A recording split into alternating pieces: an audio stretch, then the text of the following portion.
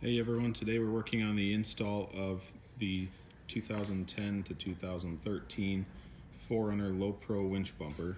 So we're going to start by showing you how to take apart the plastic bumper that's on the vehicle and remove everything and prepare for installing the Low Pro.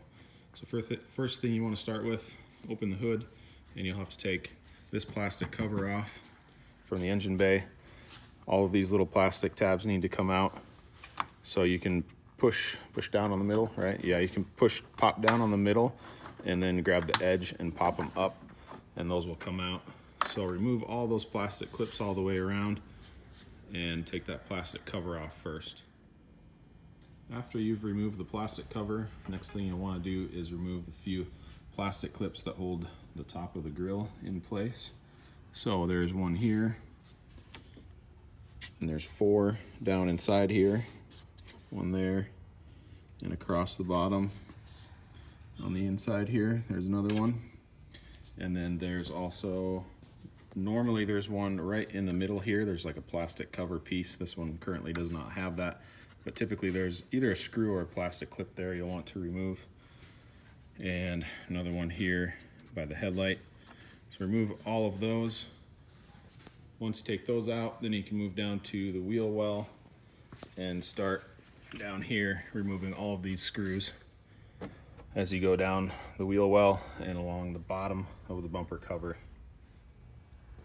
So as you come along the bottom of the bumper cover here, there's one in this bottom corner here, here, and normally there's one right there as well, and again in the same corner here. So you want to remove all of those and also disconnect the fog lights and the turn signals here and here. Once all the screws have been removed from the fender well and along the bottom of the bumper and your fog lights are disconnected, we're now ready to pull the bumper cover off. So first thing you want to start with is prying this plastic clip, popping those out of the way so that the inner fender will disconnect from the bumper cover.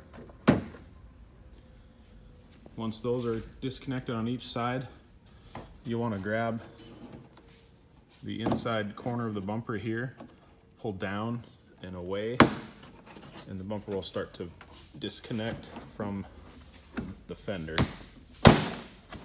So just give it a firm yank. It's just clipped in behind there on some small plastic clips and it'll pop right out. So have a friend pull on the opposite side at the same time. The bumper will just kind of fall off all of a sudden. You want to pull forward on both sides at the same time. The entire grill assembly and everything comes with it. So you can see the whole piece on the floor here, which is still all connected. That will all come off together as one large piece. So now the bumper cover has been removed. The next thing we're going to want to do is remove this big aluminum support bar that goes across the front. So to do that, you'll want to pull this styrofoam piece out. Just take that straight out of the holes. Then you want to get inside here, and there's 14 millimeter socket is what you'll need for these nuts back inside there. So there's 2 on the top, 1 on the bottom. You remove those nuts on both sides, and 2 here and 1 there. Once those are off, you'll pull this aluminum piece off, and then you'll undo these bolts, 3 on the outside, 1 on the inside, and remove this piece from each side of the frame. So we've removed the aluminum support bar that goes across the front.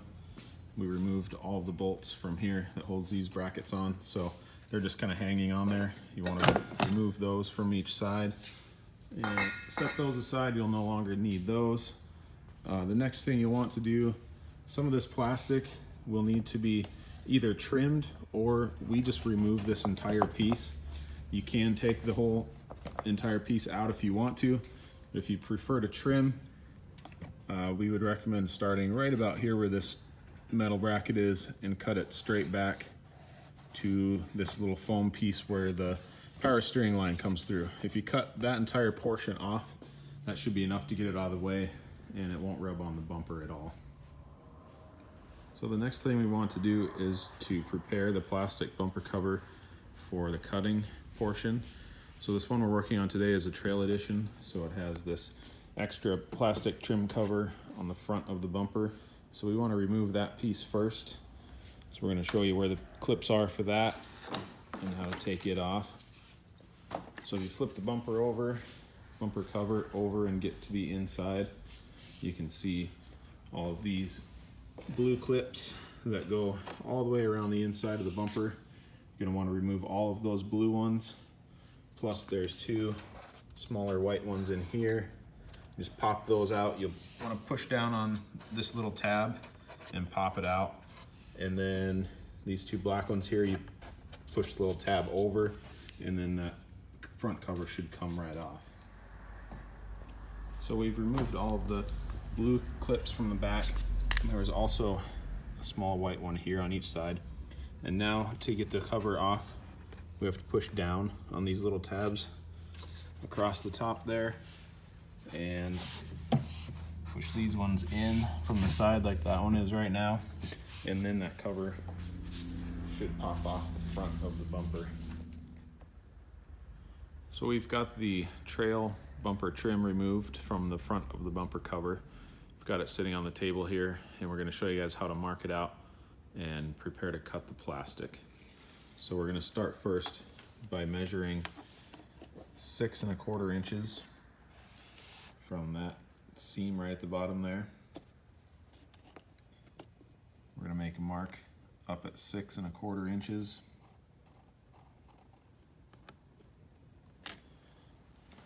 On both sides.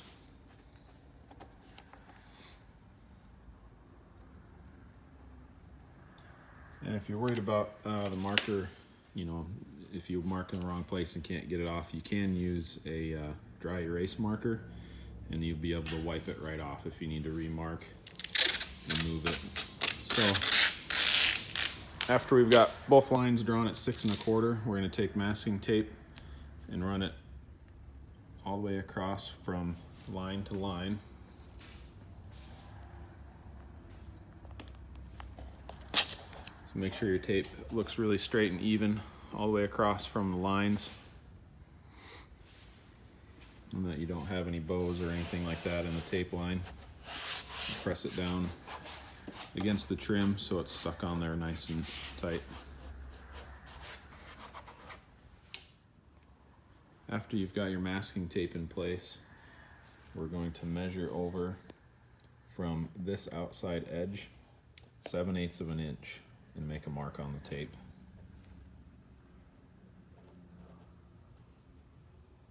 Going to want to do that on both sides.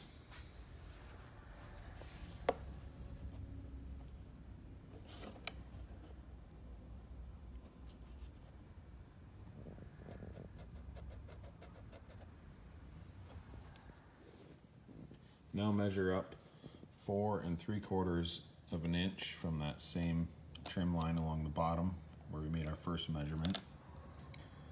Make that mark on both sides again.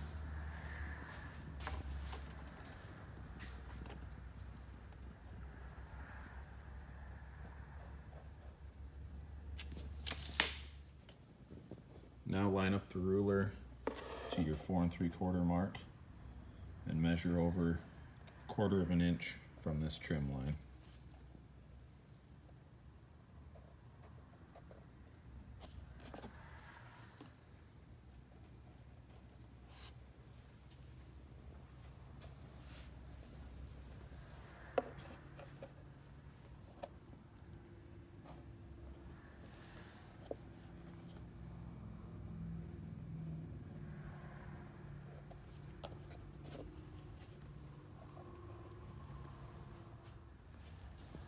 Now we're going to make a mark right at the very bottom of that line where it meets the little trim at the bottom. And that's just going to be an easy reference for us to line up our tape. So after you make that mark, grab your masking tape, use a short piece to connect those two lines.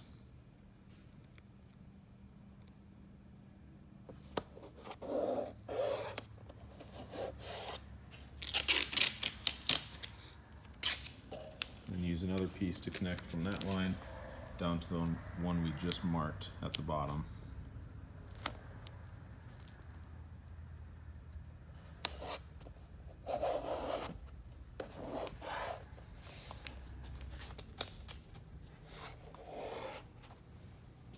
So that's how it should look once it's all marked out. And of course you'll want to do that on both sides. Now that you've put down the masking tape to all the lines that we just created, we need to extend this tape line all the way across to the bottom of the plastic here so that we know where to cut all the way to the bottom. So just take a long piece, line it up with the last piece of tape you put down so that you can just kind of eyeball that line and follow it through all the way down across the bottom of the plastic.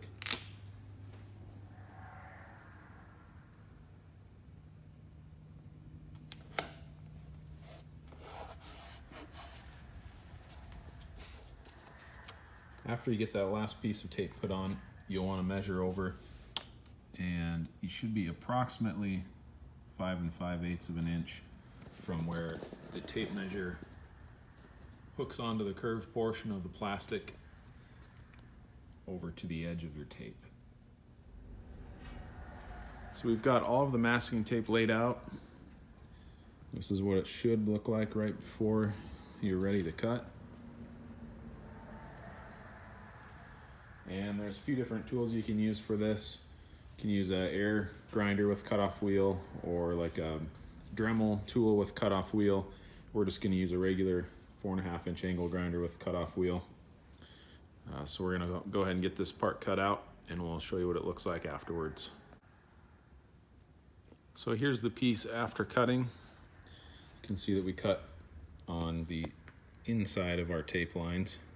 Just wanted to show that, make sure everyone sees that's where you're supposed to cut.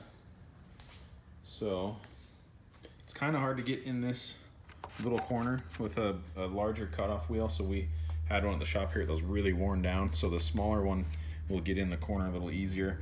That's where something like a Dremel tool or maybe a die grinder will get in there a little easier because they come with a lot smaller wheels on them. But that's what it looks like after it's cut. Now you can peel the tape off, and we usually just take a knife and run it along the edge and just kind of scrape all the rough edges off from the cutoff wheel and clean it up a bit, and that piece should be ready to go. So we took our Trail Edition trim after being cut and set it back onto the bumper cover, kind of put it right back into the slots where the clips were. So now we're just going to use this as a template to cut out the bumper itself. So what we're going to do is just take a marker and mark along the inside of this to make your line of where to cut, and then we're going to put tape over that line so it's easier to see. So for that line up inside here, if anything, you want this part to be cut just slightly wider than the outside trim. Then you know that there's plenty of clearance on the inside, and this outside trim will cover that cut line once the bumper's put on. And the only other thing you have to do other than tracing that is follow this line straight down so you can cut all the way through, and we'll do that with the masking tape after we've marked out the inside of this piece. Right now we're going to show you how to measure and mark your bumper if you have an SR5 or limited edition and you don't have the trail trim on the front. We are using a trail bumper, but we are going to show you just the measurements of how you would do it on the SR5 or limited. So you'll want to measure up 1 inch from the edge of this opening, and you'll want to lay a piece of masking tape all the way across that same mark, 1 inch on both sides. Put a piece of masking tape all the way across those lines. So the next thing we're going to want to do is measure over 1 1/4 from this little body line right here. You can see where the plastic kind of comes to a crown and a point there. So make a mark on your tape and measure over 1.25 inches from there.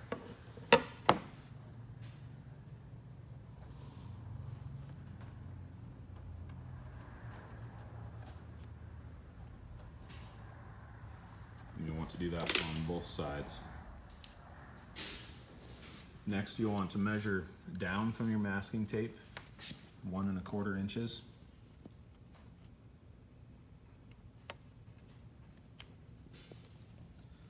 Then we're going to measure over from the side of the trim where it drops off the edge here. You're going to hang your tape measure on that outside edge and measure over 1.25.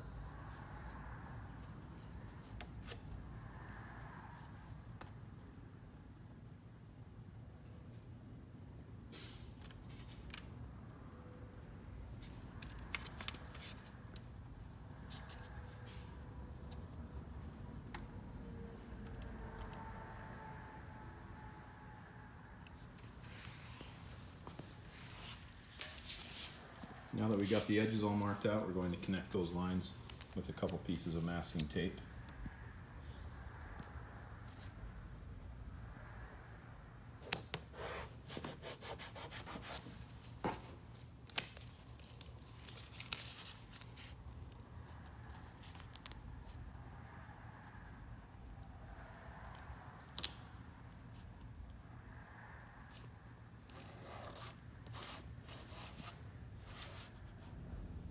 So the last piece of tape you're going to want to put on will be one that will continue from this piece all the way down across the bottom of the bumper. So really what we want you to do is just line that tape up over the top of that one you just put down and just continue to follow this line all the way down and line up your tape. And just kind of eyeball it with that line as it goes across the bottom and wrap your tape around the bottom, and then you'll want to cut inside the masking tape all the way around. So we've started the cutting process on this bumper cover here. We've cut all the way up the line along the edge of our tape. This one we actually went a little bit past the line because it's the Trail Edition and it will be covered with the trim that goes on there. But the SR5, you'll want to go right along the edge of this tape. So we've started cutting that. So for SR5 and limited models, you want to make this angled cut that we showed earlier in the tape. For Trail Edition, you can go right up square into the corner, and you don't have to have that little angled piece in there since it will be covered by the trail trim that goes over the top. So now all of the plastic bumper trimming has been completed. We took the Trail Edition trim and put it back onto the bumper cover. This one we took some of this edge trim and put it on just to give it a nice clean finished look around the cut. So you can do the edge trim first, and then you'll want to put the trail trim back on the bumper.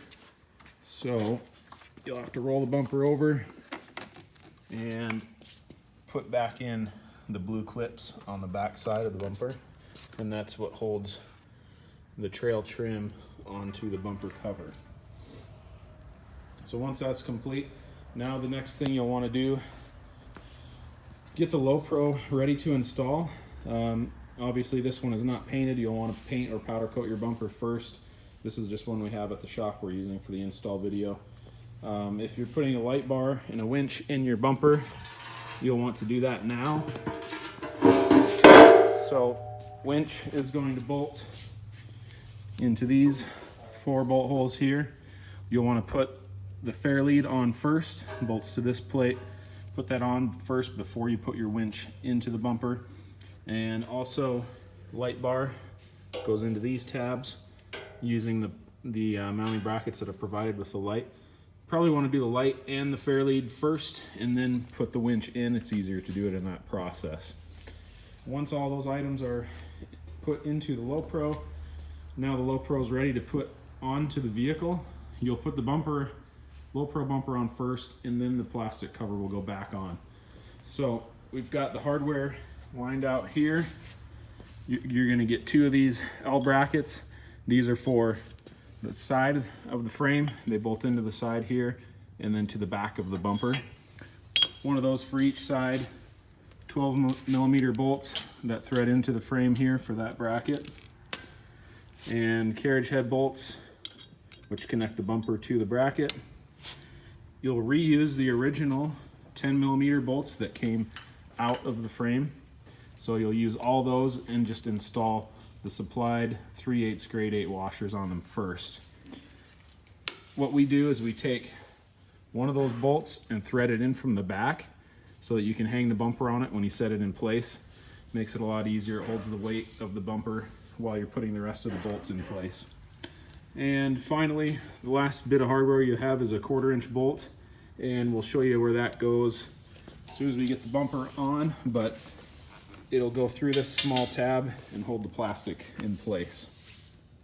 So that covers all of your hardware, and now the Low Pro is ready to put on. Okay, so we got the bumper lifted up and set in place. We put 2 bolts in on the outside, 1 on the inside. We snugged them up just enough to hold the bumper in place. And then we're going to take this one that we had installed from the back. You're going to want to remove that one, flip it around to the front, and install it like the others.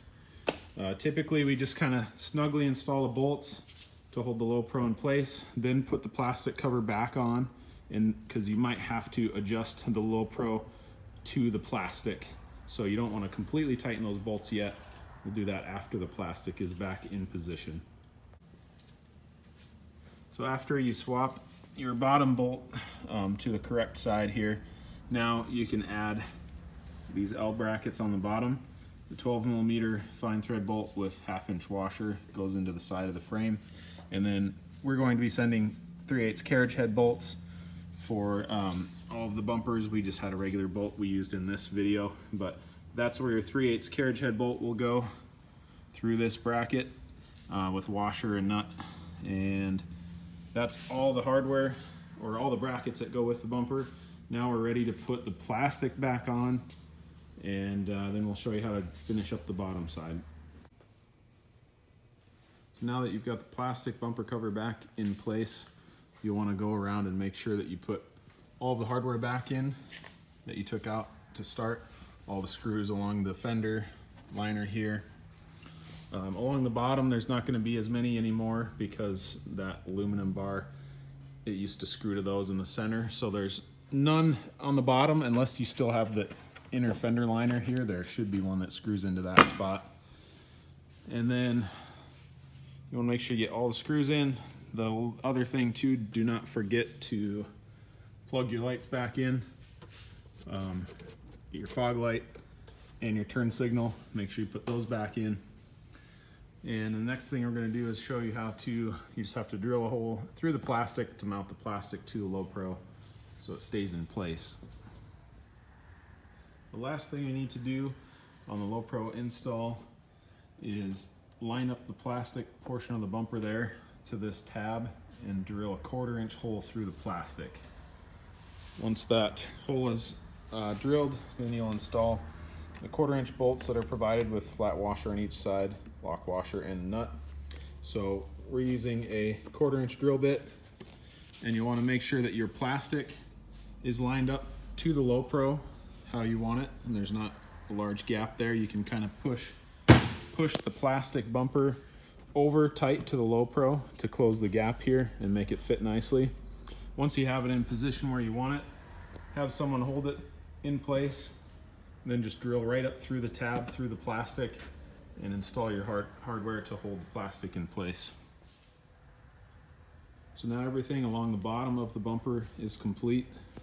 We set the car down and we've moved back to the top. You just don't want to forget to reinstall the plastic clips that hold the grille. One on each side near the headlight, and then there's 4 across the inside down here. And then you'll take your big plastic cover, set it in place, and put all the small clips in place around the top.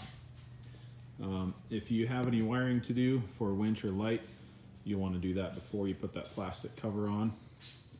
Otherwise, after you put the cover on, your install should be complete.